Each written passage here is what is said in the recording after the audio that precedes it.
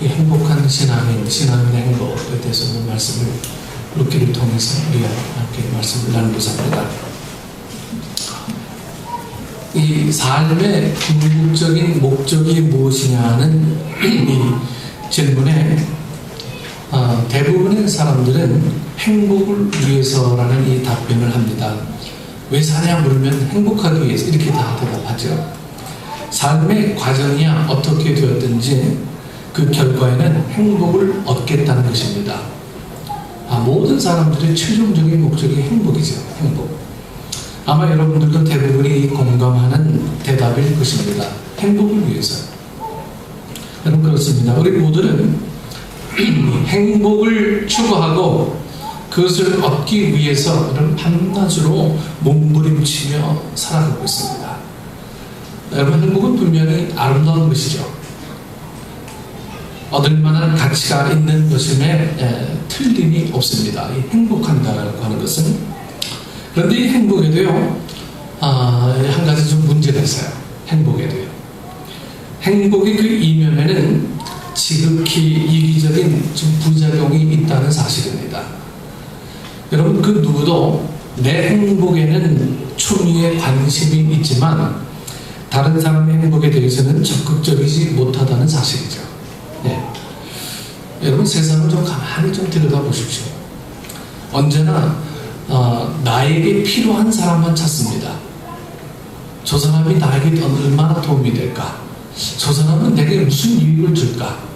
저 사람은 나에게 또 무슨 어떤 유익거리가 있을까? 여러분 늘 우리는 그걸 찾아 헤맵니다. 나에게 필요한 사람만 찾아요. 나의 행복에 도움이 될 사람, 내 행복을 가져다 줄 상황들만 우리가 찾을 뿐이지 내가 다른 사람에게 필요한 존재가 되겠다는 생각이나 남의 행복을 위해서 필요한 존재로 살겠다는 의지는 여러분 상대적으로 좀 강하지 않은 것이 현실입니다. 물론 그리스도인들은 좀 달라야 하고 또한 분명히 다릅니다. 그래서 이 온전한 그리스도인이 되는 것이 먼저라고 보는 거죠. 여러분 그리스도인이 되는데 어떠한 그리스도인이 되느냐 하는 것은 또 다른 문제입니다. 온전한 그리스도인이 되느냐 그냥 그리스도인이 되느냐 하는 거예요. 세상 살아가는 모습들이 참으로 다양합니다만 가만히 들여다보면 몇 가지의 모습으로 좀 살아갑니다. 첫 번째로 인간상은 기독교인이면서 선하게 사는 사람이 있고 두 번째 인간상은 기독교인이면서 악하게 사는 사람이 있습니다. 세 번째는 기독교인이 아니면서 선하게 사는 사람도 많습니다. 그리고 네 번째 인간상은 기독교인이 아니면서 악하게 사는 사람입니다. 그런데 여러분 이 네 가지 인간상 중에 어떤 사람이 가장 악한 인간상의 모습일까요? 바로 기독교인이면서 악하게 사는 사람일 것입니다. 여러분 왜 그렇습니까? 기독교인이면서 악하게 살아요. 하나님의 말씀을 알고 하나님의 의도도 알고 하나님의 뜻도 아는 사람이면서 모든 선한 것으로부터 벗어나서 악하게 사는 사람이기 때문에 기독교인이면서 악하게 사는 사람이 가장 아주 추하죠. 이런 사람은 자신도 행복하지 못할 뿐더러 다른 사람도 불행하게 만드는 사람입니다. 그 사람의 모습을 보고 상처를 받게 되고요. 그 사람의 사는 모습을 보고 그리스도인의 능력을 자꾸만 잃어가게 만드는 역할을 하니까 얼마나 불행한 인생입니까? 하나님께서 인간을 흙으로 만드시고 생기를 코에 불어넣어 생명이 되게 하셨다는 것이 성경에서 기록하는 인간 창조의 역사입니다. 여러분 이 사실은 아주 중요하죠. 인간이 여러분 육체뿐만 아니라 영혼을 가졌다는 사실은 인간만의 행복을 이해할 수 있는 존재임을 말하는 것이기 때문입니다. 여러분 동물들이 행복을 위해서 살지 않아요. 동물들은 먹을 것을 위해서 주어진 삶이 먹을 것을 위해서 자기의 목적만을 위해서 삽니다. 행복을 추구하며 살려고 노력하지 않아요. 오직 영혼을 가진 인간만이 행복을 추구하며 살려고 하는 의지들을 갖고 있습니다. 그래서 생명이 되게 하셨다라고 하는 이 의미라고 하는 것은 오직 인간만이, 사람만이 하나님의 특별한 구별된 존재다라고 하는 것을 말씀하고 있는 거죠. 창조 사건 이래로 영혼은 전적으로 하나님의 것입니다. 여러분, 영혼이 내 것이라고 착각하는 인생이 얼마나 많은지 몰라요. 영혼은 내 것이 아니라 하나님의 것입니다. 그리고 이 사실을 아는 인간은 행복에 대한 이 정의도 제대로 좀 알아야 됩니다. 즉 진정한 행복이란 하나님으로부터 주어지는 이 영적인 만족감이라고 하는 사실이죠. 그리스도인들은 이 행복에 대한 확실한 정의를 좀 가지고 있어야 합니다. 먹어서 행복하냐, 소유해서 행복하냐, 이 동물적인 행복만으로 우리가 행복의 기준을 삼는다고 하는 것은 지극히 하나님에 대해서 이해가 없는 삶의 모습일 거예요. 소유해서 행복한다고 하는 것은, 여러분, 동물들도 소유의식이 있죠. 동물들은 얼마나 많은 부인을 갖고 있느냐에 따라서 그 무리에서 어떤 리더가 될 수가 있어요. 소유자예요, 소유. 하지만 사람은 그렇지 않잖아요. 소유가 행복이 아니라고 하는 거예요. 영혼을 가진 사람들은 소유가 행복이 아니라고 하는 것을 확실한 여러분 정의를 갖고 여러분 사셔야 이 동물과 구별되고 하나님이 나를 얼마나 지극하게 세밀하게 창조하셨는지에 대한 이해를 우리가 먼저 갖게 되는 것입니다. 자, 그러면 우리 예수님의 행복론을 우리가 좀 생각해 보십시다. 예수님이 어떤 행복론을 갖고 계셨냐. 그 유명한 마태복음 6장 33절 다 아시는 말씀입니다. 이 말씀 속에 예수님 행복론이 있어요. 너희는 먼저 그의 나라와 그의 의를 구하라. 그리하면 이 모든 것을 더하시리라. 여러분, 예수님의 행복론이 바로 마태복음 6장 33절입니다. 이것이 바로 그리스도인들이 배워야 할 예수님의 행복론입니다. 그런데 분명히 행복해야 할 예수를 믿는 우리들조차 왜 행복하다는 말보다 불행하다는 말을 더 많이 하고 살아갈까요? 행복을 추구하며 행복을 위해서 막 달려가는데 정작 현재는 행복하지 않아요. 왜 불행하다는 말을 더 많이 할까요? 예수님이 말씀하시는 이 행복론에 비춰볼 때 인간 불행의 원인이 여러분 뭘까요? 바로 이 영혼의 문제에서 떠날 때 인간은 불행해진다는 사실입니다. 영혼의 문제에서 우리가 떠날 때 인간은 불행해지는 거예요. 여러분들 좀 느껴보셨는지 모르지만 이 예수님을 믿지 않는 사람하고 대화하다 보면 뭐 이권에 관한 얘기는 잘 돼요. 하지만 영적인 문제에 관해서 대화하면 막 답답해.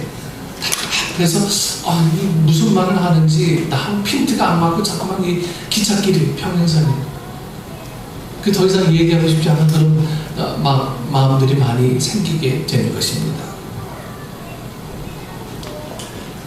여러분, 영혼의 문제에서 떠날 때 인간은 불행해지는 거예요. 왜? 인간은 하나님께서 생명이 되게 하신 거예요. 영혼을 우리에게 부어주셨어요. 그때부터 뭔가 다른 거예요. 먼저 하나님의 나라와 하나님의 의를 구하라는 이 예수님의 행복론을 따르지 않은 이 결과라고 봅니다. 즉 신앙의 문제가 우리에게 희미해질 때 불행은 여지없이 찾아오는 것이라는 거예요. 우리가 믿음 안에 온전히 서 있지 못할 때 우리의 영혼의 문제는 점점 잠깐 다운된다 그러나요? 일어서려고 해야 되는데 잠깐만 다운됩니다. 그럴 때 우리는 잠깐만 이 불행하다라고 하는 것을 느끼게 된다고 합니다. 그 영혼이 주님과 늘 교제하고요, 영혼이 늘 살아서 움직이고 말씀 속에서만 움직일 때 그때 인간의 존재 목적이 바로 그 속에 있다라고 합니다. 근데 영혼을 떠나서 살면요 완전 딴 사람이에요. 얘기가 안 돼요. 그것이 정말 나의 자녀, 나의 남편, 나의 아내를 할지라도요 안 돼요, 얘기가. 그래서 영적인 문제는 우리 하나님께서 우리에게 영혼을 부어주셨음에 그 영혼을 교제하지 않고 단절되고 사는 사람하고는 대화가 어려워지고 힘이 들고 어려워지는 이유 중에 하나가 바로 영혼이 떠나 있는 문제라고 하는 것이죠. 오늘 본문을 통해서 여러분 이 사실을 좀 발견하게 됩니다. 본문의 시작은 이 나오미라는 여자의 이야기로 시작되고 있어요. 나오미의 생애를 통해서 우리는 이 불행의 원인을 발견할 수 있고 그 불행을 극복하고요 행복을 찾는 방법까지를 알 수가 있습니다. 먼저 이 나오미의 불행은 여러분 어디에서 시작합니까? 하나님을 떠나는 것으로부터 이제 시작합니다. 이 나오미는요 하나님을 이제 떠나요. 그들이 살던 베들레헴에 흉년이 들자 나오미는 이 모압이라고 하는 이방 땅으로 이사를 갑니다. 이방 땅에는 이 땅 기름지고 좋거든요. 그래서 우리 이 베들레헴 흉년이 들어서 도무지 살 수가 없으니까 우리 이사 가자. 저도 베들레헴에 가봤거든요. 베들레헴에 가보니까 베들레헴이 뭐 하나 될 만한 게 별로 없어요. 포도 외에는. 그래서 베들레헴의 재배하고 주로 하는 그 산업의 전체가 포도주예요. 포도주. 그래서 포도주를 담아서 내다 팔기도 하고 하는 게 그들의 주업이 되기도 했었습니다. 이 나오미는 베들레헴의 흉년에 들자 떠났어요. 모압주로. 물론 이사하는 것이 잘못되었다거나 혹은 이방 땅이라고 못 갈 것은 아니죠. 어떤 가정의 신방을 제품 목사를 신방해 보면요 커다란 절간을 배경으로 해서 사랑스러운 부부가 어깨 동무하고 그냥 아름답게 사진 찍어놓은 그런 집들이 많이 있어요. 교회를 배경으로 찍은 것이면 뭐 더 좋겠습니다만 성도들도 산에 등산을 가면 이 절에 들어가 보기도 한다는 얘기죠. 그렇다고 그걸 죄라고 얘기할 수는 없잖아요.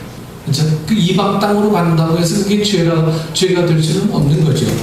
마찬가지로 오늘 나오미가 이방 땅 모압에 이사한 것 자체는 죄가 아닙니다. 그러나 문제는 동기가 문제예요. 동기. 왜 이사를 가게 되느냐? 어려울 때 하나님을 의지하기보다 세상을 의지하는 그 숨겨진 내적인 동기가 문제입니다. 여러분들 우리에게 어려운 문제가 다가왔을 때 이 어려운 문제만 본다면 우리는 한없이 그 어려운 문제 속에서 헤어나지 못하고 더 어려워질 겁니다. 내가 왜 이 어려운 문제를 당하게 되었을까? 라고 하는 심각한 어떤 자기 성찰을 해야 됩니다. 내가 왜 이렇게 되었지? 내가 왜 이런 어려운 형편이 되었지? 우리 모습을 돌아보면 원인을 찾을 수가 있어요. 이 나오미도요 이방 땅으로 이사간 것 자체가 죄가 아니죠. 하지만 그 숨겨진 내적인 동기를 이 나오미는 봤으면 했습니다. 베들레헴에 흉년이 들었다고 좀 더 잘 먹고 잘 살 수 있는 곳을 찾아 떠난 곳이 이방 땅 모압입니다. 여러분 어떻게든 하나님께 매달려 해결해야 할 일을 눈에 보이는 만족을 찾아서 떠나버립니다. 여러분 이방 땅 모압 지역이 어떤 땅입니까? 무언가 우상으로 가득한 땅이고요. 우상을 섬기지 않으면 살 수 없는 땅이 바로 이 모압 땅이었어요. 하지만 나오미는 그의 눈에 보이는 잘 먹고 살 수 있는 방법이 모압 땅에 있다는 것을 육신적인 안목으로 바라봤기 때문에 그쪽을 떠나게 된 것이죠. 여러분 근데 보십시오. 기대했던 행복을 이 모압에서 나오미는 찾았습니까? 기대했던 행복을 나오미는 이 모압 땅에서 얻을 수가 없었습니다. 그곳에서 남편을 잃었어요. 남편이 누구죠? 엘리멜렉. 남편을 잃어버렸어요. 이 모압에 기대를 걸었고 남편에게 의지했는데 아무것도 얻지 못했을 뿐만 아니라 오히려 이 모압 지방에서 정말 가장 중요하게 생각해야 될 남편을 잃어버립니다. 이제 남은 것은 두 아들입니다. 말론과 기럇. 그런데 며느리를 얻으면서 나오미는 또 한 번 이 실수를 저지르게 되죠. 신명기 7장 3절 4절에 보면 하나님께서 분명히 이방 여인을 며느리로 받아들이지 말라고 했지만 나오미는 하나님의 말씀을 떠나서 현실적인 타협을 하고 말았어요. 아들들의 결혼을 통해서 잃어버린 행복을 다소나마 찾을 수 있으리라 생각했던 나오미는 또다시 그 아들들마저 죽는 비극을 맞이합니다. 인간적으로 의지했던 그 모든 것들을 다 잃어버리고 말았습니다. 두 아들들도 죽었어요. 모압 땅, 그 이방 땅이 자기에게 어떤 물질적인 풍요로움을 가져다 줄 수 있을 것이라고 생각하며 떠났던 그 땅이 오히려 남편을 잃어버리게 만들고 두 아들을 죽게 만든 그 사건들이 이 모압 땅, 여기서 바로 벌어지게 되었습니다. 인간적으로 의지했던 모든 것들을 다 잃어버리게 되고 말았습니다. 바로 이것이 여러분 나오미의 불행이자 오늘 우리 인간들의 불행입니다. 저도 이게 남 얘기가 아니라서 말씀드립니다.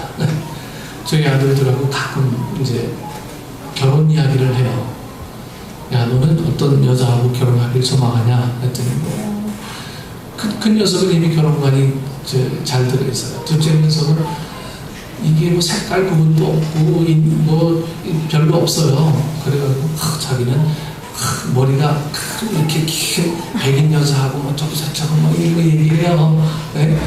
이런 정신 빠지면 교회 다니면서 이 사람하고 같이 사는 게 소망인가 하면서 막 기도합니다. 네. 이제 조금 정신이 좀 들어왔는지 교회에 열심히 새벽 기도도 나가고 한대요. 네.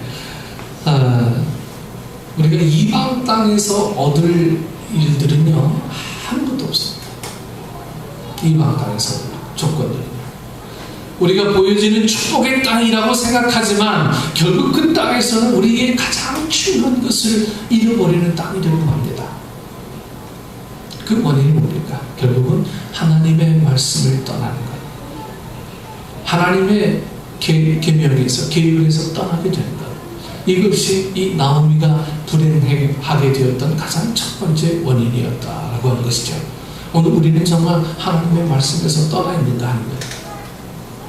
어제 저는 병원에서요, 예빈이에게 너무 귀한 고백을 듣게 되었습니다. 아까도 우리 예빈이 기도했지만 앉아있다는 게 얼마나 큰 축복인지 몰랐습니다. 이래요. 앉아있다는 게, 뭘 먹을 수 있다는 게 이렇게 큰 축복인지 몰랐습니다. 네. 누구 있을 때는 몰랐는데 앉아있으니까 살이 얼마나 빠졌는지 좀 안쓰럽더라고요. 네. 앉아있고 또 우리 모든 교회 식구들이 함께 기도해 줄 수 있다는 게 자기에게 얼마나 큰 복인지 모른다 이렇게 얘기하더라고요. 이 15살짜리가 이제 막 자기 감정을 막 그냥 한 몇 분 동안 계속해요. 네. 이런 걸 볼 때 하나님께서 이 혜빈이에게 더욱더 큰 복을 주시는구나. 고통이 있었지만 네. 이런 사실을 많이 깨달으면서 이건 귀한 명상이다 생각하면서 안심하고 돌아왔습니다. 여러분, 하나님의 말씀으로 사는 것은요 나뿐만 아니고 주변에 수많은 사람들을 막 들뜨게 하고 기쁘게 합니다. 네? 내가 예수 잘 믿음에도 불구하고 내 모습을 본 다른 사람들이 막 기뻐하고 능력받 체험받는 거예요. 이게 예수 믿는 사람들의 삶의 모습입니다. 근데 내가 예수 믿음에도 불구하고 기쁨이 없어요. 감사가 없어요. 네. 예수 믿음에도 불구하고 늘 원망, 네. 이런 얘기만 늘 들어놓고 사는 우리들의 모습이라면 이 어떤 신앙인의 향기가 정말 넘쳐날 것인가, 아니면 악취가 막 넘쳐날 것인가 하는 모습들을 우리가 잘 좀 돌아볼 필요가 있습니다. 저는 이번 혜빈이 병상에서 여러 가지를 경험합니다. 혜빈이 외삼촌도 만났어요. 막내 삼촌에서 교회를 한다는데 어릴 땐 다녔는데, 그래서 제가 전도해요. 만나면 전도합니다. 이제 교회 다니셔야죠. 네. 전도하고요. 또 우리 이집사님 큰 누님도 만나서 이제 교회 다니셔야 이집사님도 전도해요. 이제 가까운 교회 다니시라고. 네. 여러분들 뭐 한 사람을 통해서요, 이 주변에 수많은 사람들이 얼마나 많은 영향력을 받는지요. 이게 얼마나 감사한 일입니까? 병이 낫는 것도 감사하지만 이 병을 통해서 하나님께서 일하시는 그 모습을 바라보니까 얼마나 감사한지 몰라요. 여러분, 오늘 이 나오미는 하나님의 말씀을 의지하지 않고 이 모압 땅으로 떠나게 됩니다. 남편을 잃어버리고 두 자녀를 잃어버리고 남는 건 아무것도 없이 결국 쓸쓸함만 그에게 남게 됩니다. 바로 이것이 오늘 나오미의 불행이자 오늘 우리들의 인간들의 불행입니다. 하나님을 의지하기보다 자기 생각과 세상에 보이는 것을 따라간 나오미 불행이 바로 이 세상의 모습이란 거죠. 여러분, 우리에게도 흉년은 있습니다. 어떤 모양으로든 흉년은 있게 마련이죠. 여러분, 갑자기 뭐 직장을 잃어버리거나 고통과 고민의 날을 보내는 사람도 있습니다. 이런 것은 뭐 경제적 흉년이라고 하죠. 또한 어떠한 일로 모든 사람들이 내 곁을 떠나버리는 인간관계의 흉년을 겪기도 합니다. 메마르고 삭막한 부부관계 흉년 속에 계신 분은 없습니까? 부모와 자녀의 관계는 어떻습니까? 교회 속에서 경험하는 우리 성도의 식구들과의 관계는 여러분 이상이 없습니까? 또 신체적 흉년은 없습니까? 그러나 이 모든 흉년보다 더욱 우리를 위협하는 것은 여러분 영혼의 흉년입니다. 영혼의 흉년. 지금 우리의 영적 생활이 어떻습니까? 말씀이 모자라는 분은 여러분 안 계십니까? 기도가 메마르고 마음속에서 찬송의 샘이 메말라버린 상태로 우리가 살아가고 있지는 않습니까? 저는 우리 이번 혜민이 아픈 이를 통해서 하나님께서 우리 교회에게 크게 질책하시는 음성을 듣게 됩니다. 왜 기도하지 않느냐? 왜 말씀 속에 온전히 거하지 않느냐? 꼭 이런 일을 겪어야 무릎 꿇게 되느냐?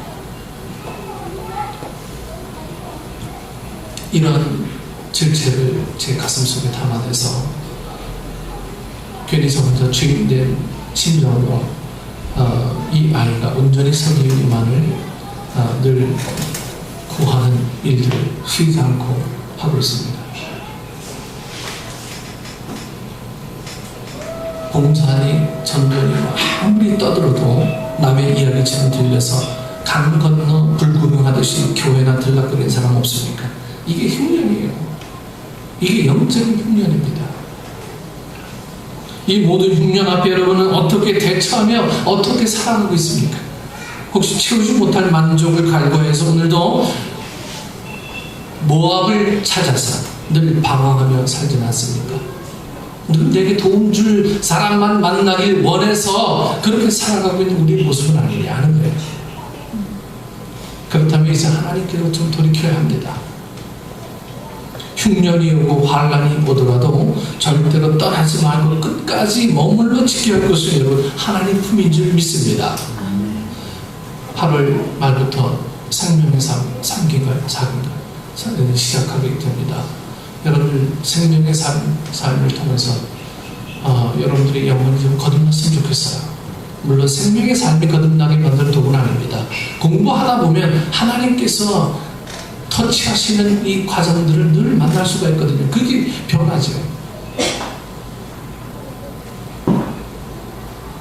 혹시 제대로 들으지 않으신 분들도 8월 말부터 여기 생명의 삶 다시 한번 들으셔서 정말 하나님의 말씀을 다시 한번 더듬어 가야겠다 이렇게 좀 생각하시는 분들은 신청하시고 좀 참석하시길 바랍니다. 아직 생명의 삶 듣지 못하신 분들은 꼭 좀 들으시길 바랍니다.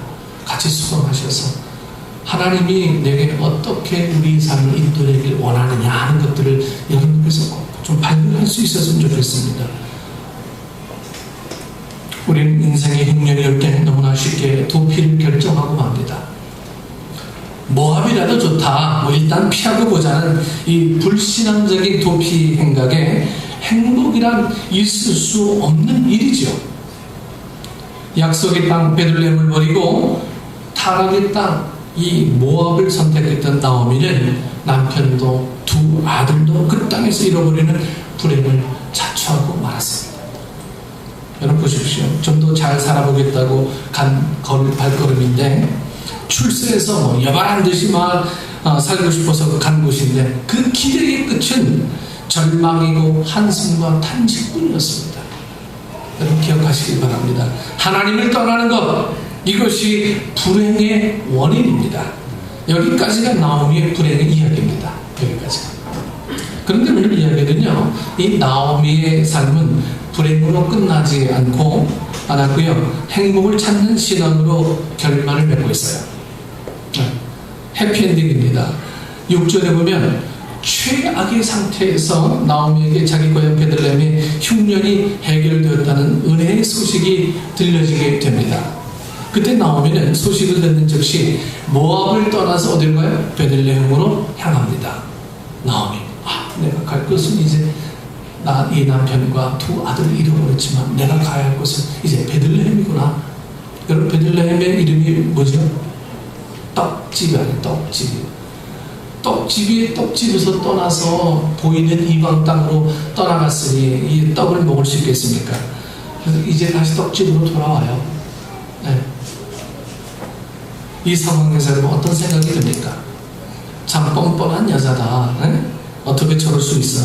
얼굴에 철판 깔았나? 양심 있으면 지가 떠났으면 거기서 그냥 눌러 살 일이지. 이제 뭐 여기에 흉년 해결됐다고 다시 또 쫄랑쫄랑 또 돌아와? 뭐 이런 생각을 할 수 있어요. 왜 그렇습니까? 다른 사람들은 흉년 가운데서 베들레헴을 떠나지 않고 자기 자리를 지켰거든요. 그런데 도망갔던 여자가 다시 돌아온다고 했을 때 아마 그건 많은 사람들이 이 나오미를 향해서 비난의 화살을 막 쏴댔을 거예요. 더군다나 자신의 형편과 처지가 뭡니까?